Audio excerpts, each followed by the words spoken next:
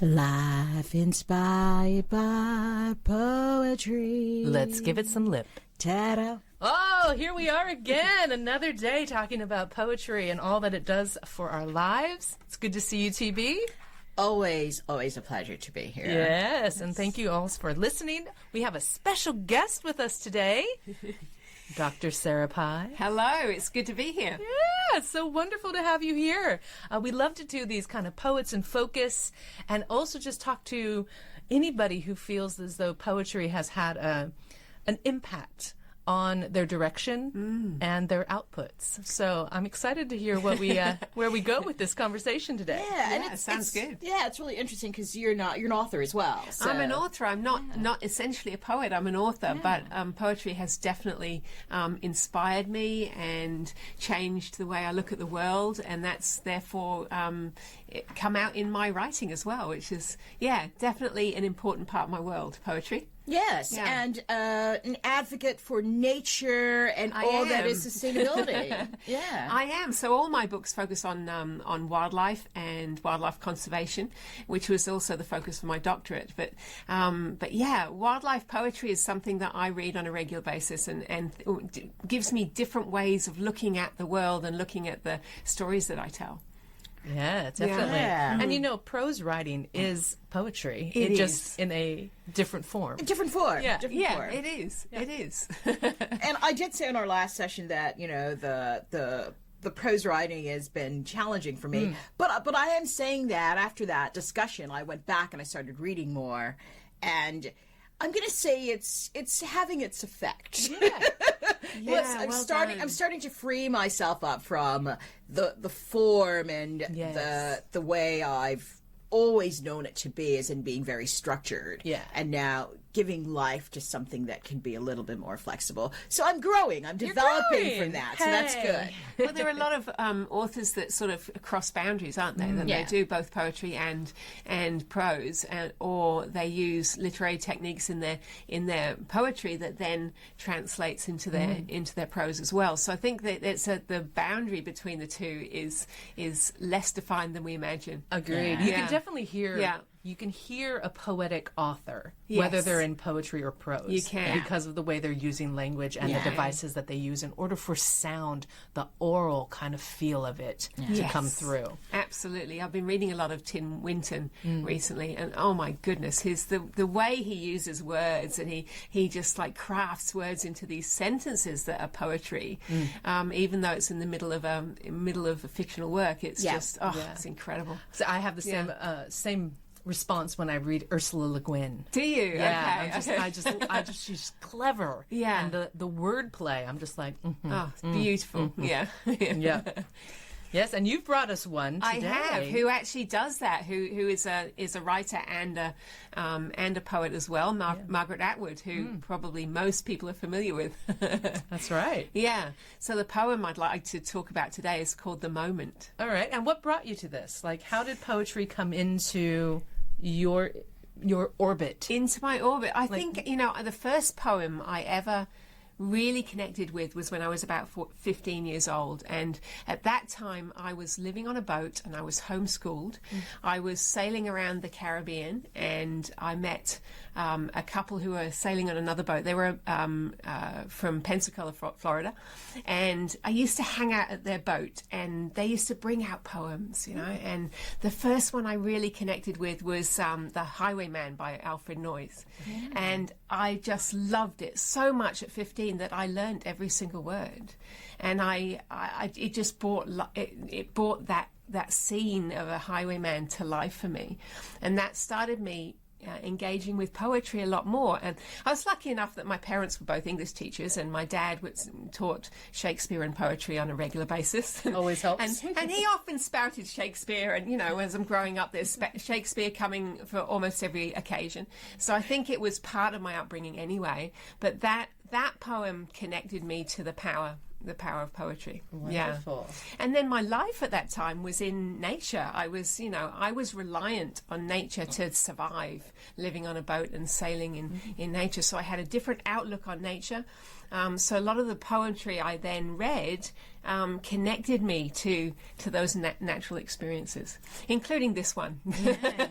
And I've known you for quite a few Yeah. years now, and I didn't know that about you. Didn't you? No, There I you didn't go, know that TB. about you. There's all sorts of yeah, amazing things you don't know about. Amazing things that happen. But it does explain a lot now that I know that, right? Yeah. It does explain a lot. Yeah. It explains why the vastness of what is nature is so important to you. It is absolutely essential to me, and our human connection with nature, which I think we've been so disconnected, which this poem speaks about as well. Our disconnect with nature is going to lead to our demise if we don't turn that around. So right now I write children's books about nature to try and instill that wonder and awe that I felt living in nature into children and get them, rethinking about their relationship.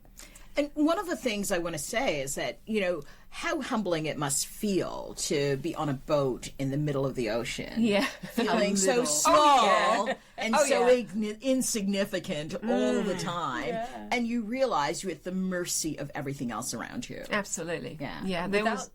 And without that experience, young kids today are having a like you said, a disconnect. I think technology and everything is creating another barrier we have to overcome. And it's such a controlled life. They've got such a controlled life where we're so risk averse in our culture, so that we don't actually let kids make mistakes and hurt themselves and and learn from those things as much. A lot of parents these days would think my parents were neglectful, and in many ways they were. But a lot of those experiences I had that pushed my boundaries actually helped me learn and grow. Yeah. I've learned that parenting is not a one-way street. It's different for different people, so I never make judgment. No, I never make judgment. I think that as a parent, you're thinking how you want to shape a life, and you get to determine that. And the rest of us just need to back away. And let absolutely it happen. true. Different ways of doing it. Different ways. And we do know the end result is different no matter what. You can you can be prescriptive and get it wrong, and you can be not so prescriptive and get it right. So I don't think there is such a thing as right parenting. Correct. At all. I think you just have to go with it. And if that's a lesson that comes out of a life like that, is that, we are here, but we don't own everything. We don't control everything. And that humbling experience and what that has done and shaped you as a person. It has shaped me, very much so. And also because I was on a boat with just my brother as company in my own age bracket, a lot of my friends became wildlife, the dolphins that played on the bow, or the flying fish that would sort of land on the deck in the middle of the night, and you'd throw them off in the morning and hope they survived, and things like that. And one day we got a bucket and dipped it in the water and grabbed a big pile of sargassum weed and bring it on board and see who lives there, who actually lives in this bit of weed, So those sort of adventures when nature becomes an adventure. Where you're in an equal sort of a standing with nature, I think it breeds a different connection. That's good. And so what brought you to Margaret Atwood? When did you come across this poem? I came across this poem, I don't know, probably quite about 10 years ago I came across this poem. It spoke to me the moment I read it. I've read Margaret Atwood's prose work, and I'm a bit of a tragic when it comes to The Handmaid's Tale. So I sort of entered her through her prose work, and then realised that she actually is an amazing poet. And what she's done in this piece for me is she's sort of encapsulated a feeling that I didn't have a way of expressing myself in myself. So I really love the way that she's done that. Wow. Yeah. That sounds amazing. So now comes the moment. All right. Are we going to read the poem? Yeah. You want to read it for us? All right. Okay. So this is called The Moment by Margaret Atwood. The moment when, after many years of hard work and a long voyage, you stand in the centre of your room, house, half-acre, square mile, island, country, knowing at last how you got there and say, I own this, is the same moment when the trees unloose their soft arms from around you. The birds take back their language. The cliffs fissure and collapse. The air moves back from you like a wave and you can't breathe. No, they whisper. You own nothing. You are a visitor, time after time, climbing the hill, planting the flag, proclaiming. We never belonged to you. You never found us. It was always the other way round. Lovely. Wow. Yeah. Wow. I've got goosebumps. 'Cause every time I read that, I've got goosebumps. Yeah. To me, it's got this deep, sacred, indigenous knowledge It does. built through it, doesn't it? It does. This knowledge of connection to country, this knowledge that we're all on the same planet together, every species, and we need to work together. Yeah. Yeah. I love that last line. It was always the other way around. Yeah. Yeah. Yeah. Yeah. It's a very cool one, isn't That it? we found you. Yeah. Yeah. We came to you when you needed. It was the reversal of the relationship, right? Because it may be that we think of things one way, but not quite. You know, so I think it's a reversal of that relationship. It's really putting that relationship back into sync of saying, you know, what is this relationship about? The relationship we have with nature. We can't own nature. Right. No, we it's try at our its hardest grace. too, and and religion has played a very poor part in this because it's most religions believe that we are we have ownership or control over nature, and that has been to our detriment. Yeah, I think so.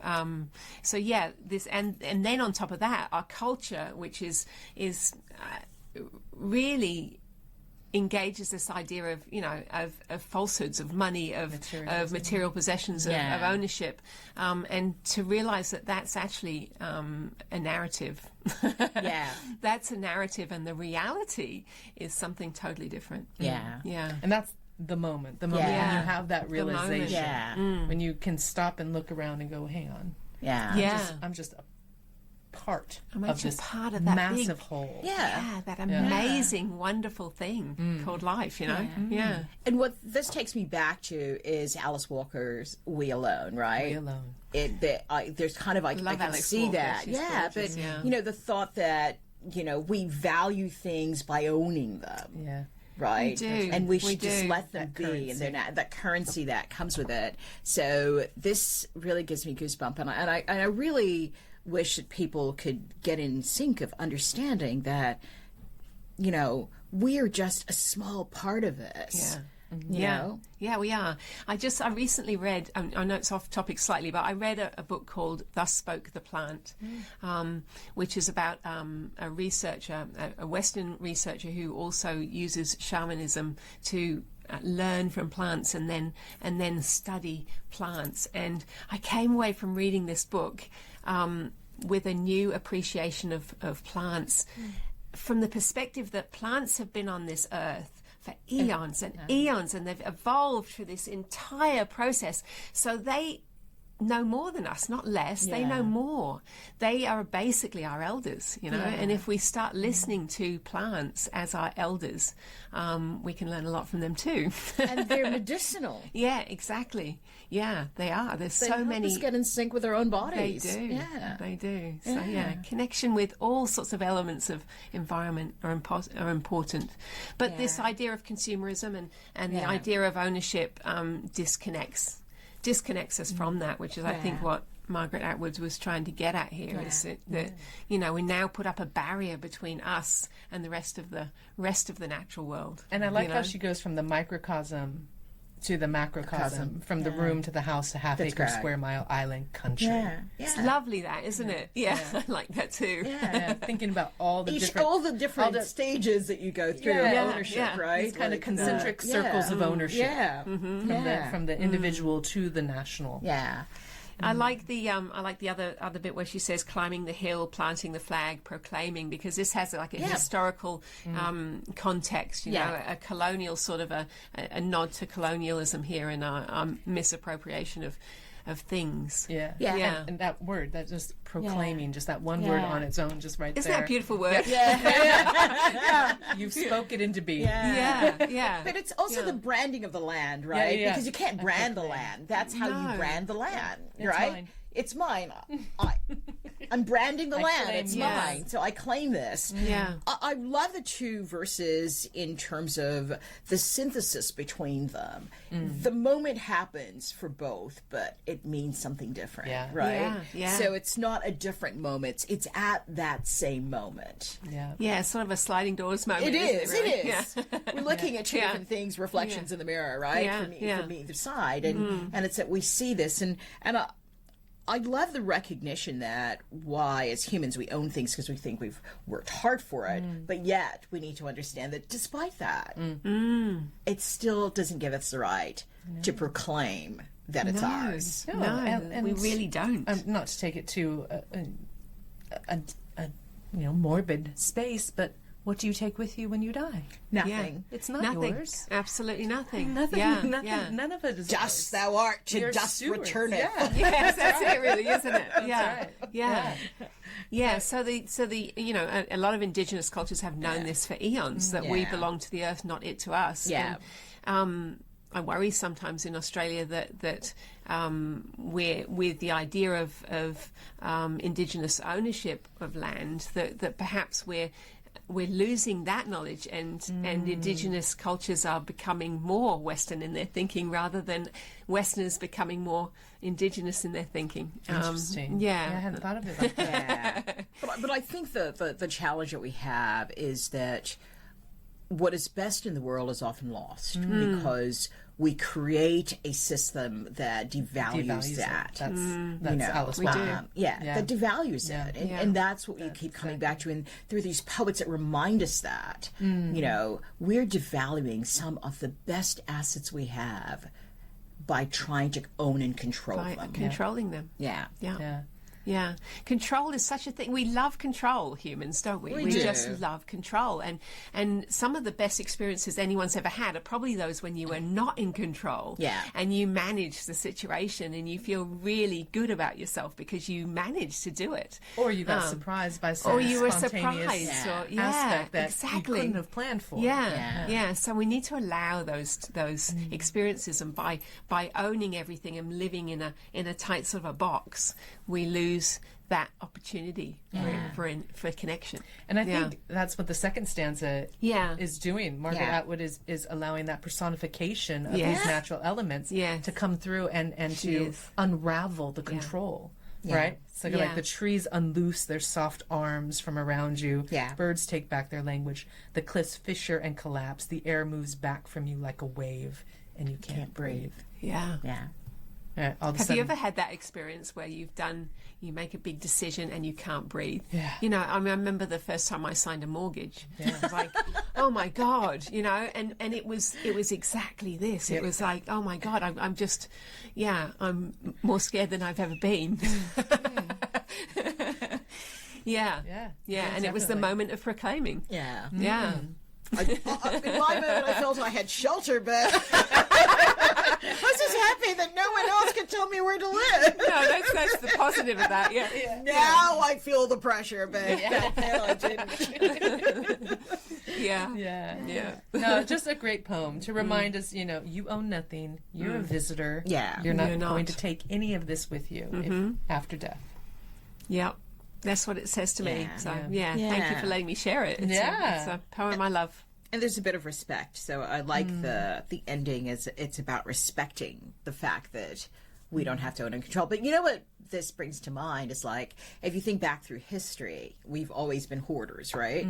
The way we value things. So you could tell, like in the early stage of the Victorian era, being fat was good because it meant you were healthy. Yeah, But yeah. we You did change that. So I'm hopeful because we did change, and we now did. we realize the bad things that happen with that to our bodies, and we sort of shed the pounds. So maybe Did we? there'll be a time- Obesity's growing rapidly. Yeah, Did but we don't value it. The difference is no. that even though it's there, our habits haven't died, but we're recognizing that it's not so good for us. Yeah, So yeah. maybe there'll be a time when we'll Maybe. recognize that this Yeah. hoarding of assets around us may not be good for It's us. actually to our detriment. Yeah. And so it may take us a long time, but I think Hopefully the we'll still be here lessons- when the lesson comes. We might yeah? be reading the Yeah. moment again and again and again, and maybe that's what we need to do is to share the moment again and again. Yeah, I know. I do that. I actually have this poem on my mirror when Yeah. I'm brushing my teeth. I have this poem on my mirror. I tend to do that with things, right? I've got on the back of my toilet door when I was a child was the Desiderata. So whenever you're sitting on the toilet, you're reading parts of the Desiderata. Nice. So I mean, it's good. It's a good place to reflect. Got some time. Yeah, got some time. Might as well make Read it productive. Make it part of your life. Yeah. Mine's a car. That's where I spend most of my time. But now this is really beautiful, and like I say, takes me back to the Alice Walker, and really for me it's very humbling. It just that moment remind us that the moment can be two things for different people. Yeah. And can. the main things that matter are your relationships. Yeah, relationships. To each other, to yourself, to the world, Yeah. to the natural world around you. That's all that will remain. Yeah. That kind of legacy. Hopefully that message goes out to everyone who's listening. Yeah, hopefully. Yeah. Hopefully. Yeah. Well, I love this. I love hearing from different authors and poets and just anybody who has really understood the impact of poetry. Oh, yes, and it's can, amazing. can find a poem like this that maybe wouldn't be on our radar. No. And bring it to us and allow us now to enter into it and have it speak to our lives as well. Yeah. So thank you so much. Thank you. Thank you for having me. I've enjoyed every moment. Oh, it's great. And it has inspired me to write something. So Oh, good. I will share that with you when I write. That's fantastic. So it has inspired me to write something. So Oh, good. that's good. That's always a good thing. Fantastic work. thanks for Thank sharing. you. No worries at all. Wonderful. All right. Well, thank you all for listening as well. And we'll see you next time on Lip. Yes. And be inspired. There you go. All right, everyone. Be well.